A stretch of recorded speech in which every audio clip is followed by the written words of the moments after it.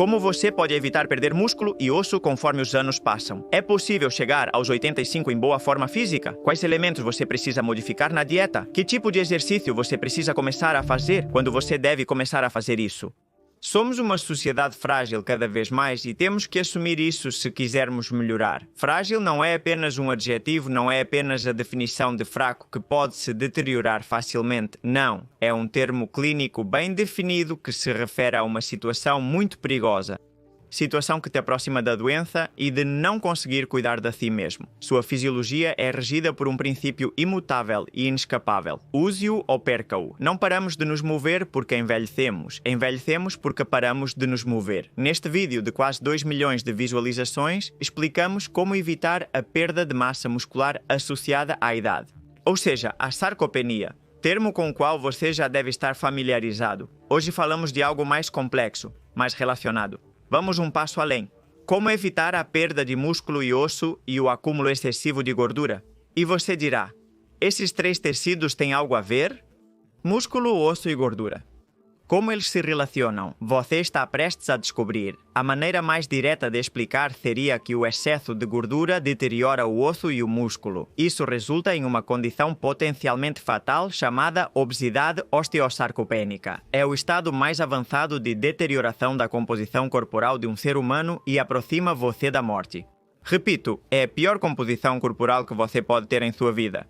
Se este nome te intimida, obesidade osteosarcopênica, fique com pouco osso, músculos fracos e excesso de gordura. Você conhece alguém assim? Hoje você vai aprender a se afastar dessa condição. Eu prometo que essa nova normalidade, a fragilidade, não é o seu destino. Nem a obesidade, nem a sarcopenia, nem a osteoporose são o seu destino. Você poderá se salvar delas se estiver disposto a investir tempo, energia e foco para cumprir os pontos que deixo ao final do vídeo.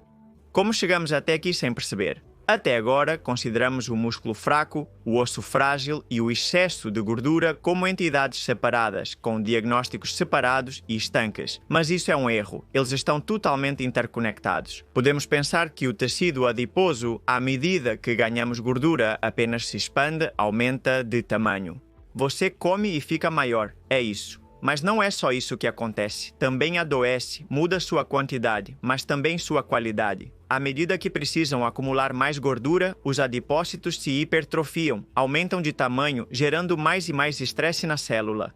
É como se estivessem prestes a estourar, apertados uns contra os outros. A célula de gordura se afoga em gordura, precisamente, e não funciona bem. Isso gera dentro dessas células alguns sinais inflamatórios chamados adipocinas e um recrutamento de células imunológicas que vão ver o que está acontecendo lá. Principalmente macrófagos M1. Com o tempo, o sistema imunológico gera uma inflamação, primeiro local do tecido adiposo e depois do resto dos tecidos, ou seja, sistêmica, e também uma migração de gordura para outros órgãos, como o osso ou o músculo. Já não pode ser armazenada mais gordura no tecido adiposo, e este libera ácidos graxos que migram para o exterior, gerando gordura perigosa. Se você se lembra, a gordura mais perigosa é aquela que rodeia suas vísceras e também a gordura que infiltra as vísceras, gordura visceral e ectópica.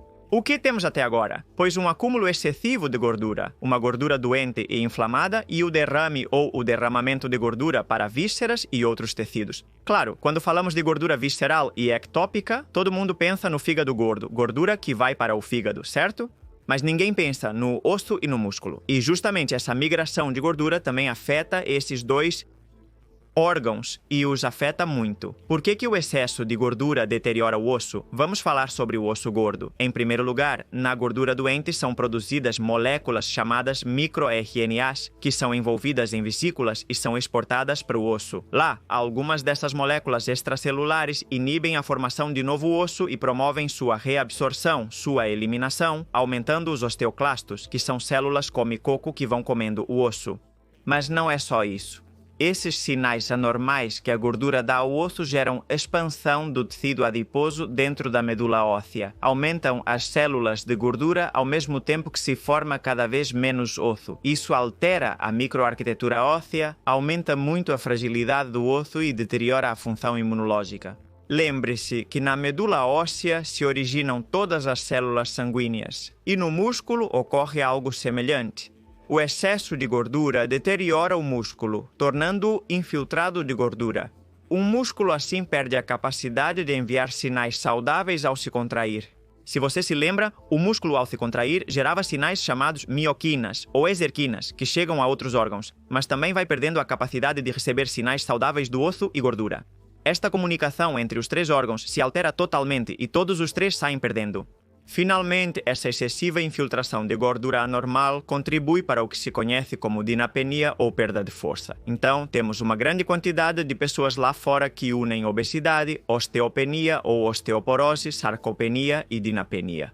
Por isso, muitos pesquisadores se viram na necessidade de criar uma entidade que explicasse essas três alterações e suas consequências. Nasce assim a obesidade osteosarcopênica. Em 2014, Illich e colaboradores estabeleceram pela primeira vez o termo obesidade osteosarcopênica. E você deve estar se perguntando: quão frequente é esse problema na população? Mais de 25% das pessoas entre 50 e 54 anos têm obesidade. Se incluirmos o sobrepeso, mais de 50% da população tem excesso de gordura, afirma Dr. Borja Bandera. A prevalência de osteoporose é de 23% nas mulheres, de 12% nos homens. A prevalência global de sarcopenia é estimada em 10%, 1 em cada 10, embora esses dados geralmente sejam muito subestimados. Os últimos estudos nos dizem que pelo menos 10% da população atende aos critérios para a obesidade osteosarcopênica. Ou seja, no cenário mais otimista, 1 em cada 10 pessoas ao seu redor tem um osso empobrecido, pouca massa muscular e força reduzida. O pior, a obesidade osteosarcopênica não dói. Podemos chegar a uma idade muito avançada ignorando-a. Vivemos ignorando completamente nossa dimensão física. Estamos imersos em nossas preocupações, responsabilidades, afogamentos econômicos e, muito importante, perdidos no prazer. Nossa sociedade tecnológica torna cada vez mais difícil sair de uma dinâmica sedentária. Não percebemos que estamos fazendo algo errado, nem que nos falta algo, já que todos estamos na mesma situação. Ter um corpo robusto está se tornando cada vez mais desnecessário para sobreviver. Ou essa é a ilusão que chegamos a acreditar. A consequência é ser frágil. Eu disse isso no início do vídeo. E ser frágil traz outras consequências secundárias que pioram muito a sua experiência de vida. Isolamento social, ansiedade, incapacidade, depressão, baixo status econômico, polimedicação, ser um fardo para a sua família, ser um fardo para a sociedade e sistemas de saúde, ser um fardo para o Estado. Vamos falar sobre as soluções, como evitar a perda muscular e óssea, evitar a fragilização dos idosos. O primeiro ponto é conceitual em essência, e todos somos responsáveis por implementá-lo, independentemente da idade que temos. Nossa sociedade ocidental, ao contrário de sociedades mais tradicionais e sociedades caçadoras-coletoras, ignorou o papel social que os idosos desempenham. Assumimos que alguém que passa dos 65 ou 70 anos já é frágil por definição, que não precisa cuidar de sua dimensão física, que não tem um papel familiar ou social importante. Fragilizar nossos idosos apenas executará uma profecia autorrealizável. Minha recomendação é, enquanto você estiver vivo, viva. Viva ao máximo. Se você treinava aos 30 anos para estar bem, deve treinar aos 75. O declínio não começa em uma idade específica, começa quando você para de usar sistemas em seu corpo. O sistema músculo-esquelético e o sistema nervoso central são os dois sistemas centrais que você precisa manter ativos diariamente. Não há uma idade em que você tenha que baixar os braços e dizer até aqui: estou cansado de lutar, estou cansado. Cansar-se de lutar é cansar-se de viver. A vida é luta. Viver não é sentar-se e esperar a sua hora chegar. Estímulo mecânico. O único ponto não negociável é este. Você precisa gerar um estímulo mecânico com intensidade e periodicidade suficientes. Para quê? Para preservar o músculo e o osso. O idioma em que o músculo e o osso falam é esse estímulo mecânico. É a maneira que eles têm de sentir o que está acontecendo ao seu redor no ambiente. Isso implica treinar a força muscular, escolher exercícios multiarticulares, idealmente executados à máxima velocidade intencional de movimento na fase concêntrica e realizá-los diariamente ou quase diariamente. Assim como você escova os dentes todos os dias, você treina todos os dias ou quase todos. Isso preservará as fibras rápidas, que são as primeiras a se perderem com o passar do tempo. Flexões no chão, remada com halteres, puxadas, agachamentos bem executados, lunges, press de ombro. Comece o quanto antes. Seu ponto mais baixo de massa óssea e muscular depende do pico de massa óssea e muscular que você alcança durante seus anos jovens. Alguém que treina desde os 20 alcançará um pico consideravelmente maior do que alguém que começa a treinar com 50. Quando começar o declínio, o primeiro acabará com mais músculo e osso do que o segundo. É evidente, certo? No entanto, qualquer momento é bom para começar. Você pode construir músculo em qualquer idade e também aos seus 70 e 80 anos. Comece agora porque amanhã é tarde. Este conceito de pico ósseo e muscular é especialmente importante na mulher. A amenorreia, pela causa que ocorra durante os anos jovens, faz com que este pico de massa óssea seja muito menor e te torna suscetível à osteopenia e osteoporose mais tarde. Otimização hormonal. A obesidade osteosarcopênica é mais frequente em mulheres porque a queda nos níveis hormonais é mais abrupta em vocês a partir da menopausa, e a menopausa ocorre relativamente cedo na vida de uma mulher. Tanto estrogênios quanto testosterona têm um papel protetor sobre o músculo e o osso e decaem muito na menopausa. Não nos esqueçamos da testosterona. O declínio funcional vai associado normalmente a um declínio hormonal, a menos hormônios sexuais. Mais rapidamente você perde músculo e osso. A medicina cada vez está olhando mais para o suporte artificial de um ambiente hormonal adequado para evitar esses problemas. Cabe-se fazer uma pergunta se a relação benefício-risco é favorável. Você preferiria manter seus hormônios sexuais em uma faixa normal e saudável até o final da sua vida? Isso tecnicamente pode ser feito hoje em dia. Tem sido possível fazer isso há muito tempo, na verdade. Dieta anti-inflamatória. Há um fator que não mencionamos e que acelera a perda de músculo e osso. É a inflamação crônica. Esta não pode ser resolvida apenas com dieta, mas sem dúvida a dieta é um ponto fundamental. Com dieta anti-inflamatória nos referimos a algo muito simples, um padrão dietético que exclui elementos pró-inflamatórios e adiciona alimentos com especial poder anti-inflamatório. Neste ponto do filme, você já sabe que precisa eliminar alimentos ultraprocessados, fritos, açúcares simples, carboidratos refinados, carnes processadas, álcool, excesso de sódio e em pessoas sensíveis faz sentido eliminar o glúten em laticínios. Embora haja controvérsia com os adoçantes artificiais, eu defendo a retirada se o seu objetivo é reduzir ao máximo a inflamação.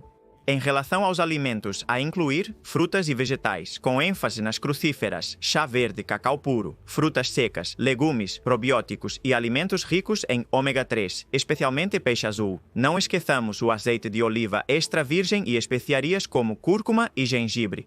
Aporte de micronutrientes. Existem 4 micronutrientes que você deve cobrir corretamente para evitar a obesidade osteosarcopênica: vitamina D, cálcio, magnésio e vitamina K. Você pode fazer isso através da dieta ou por meio de suplementação. Como você sabe, a vitamina D3 com magnésio e K2 é um elemento quase sempre presente na minha suplementação.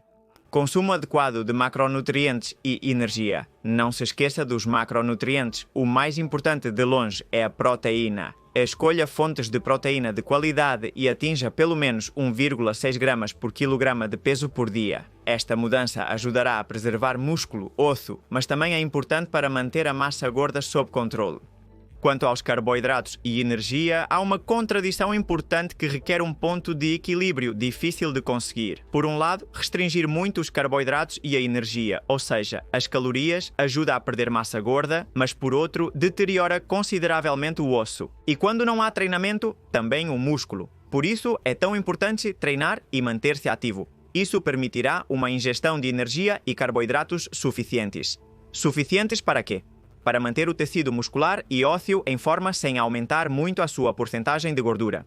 Evite a polifarmácia desnecessária. Quanto mais medicamentos você tomar, maior o risco de obesidade osteosarcopênica. Vou dar apenas alguns exemplos. Os corticoides produzem diretamente osteoporose e sarcopenia se usados por tempo suficiente. Os inibidores da bomba de prótons podem reduzir a absorção de cálcio. As benzodiazepinas e alguns antidepressivos podem provocar sonolência e um comportamento mais sedentário. Existe toxicidade acumulativa e interações perigosas. Por estas e outras razões, deve-se fazer uma reavaliação periódica da necessidade de tomar os medicamentos que você está tomando. São necessários? O equilíbrio benefício-risco ainda é positivo? Posso reduzir a dose ou eliminar algum sem prejudicar minha saúde? Agora você já sabe como se defender dessa ameaça, a obesidade osteosarcopênica. Nos vemos no próximo vídeo. Um forte abraço e continue se empoderando.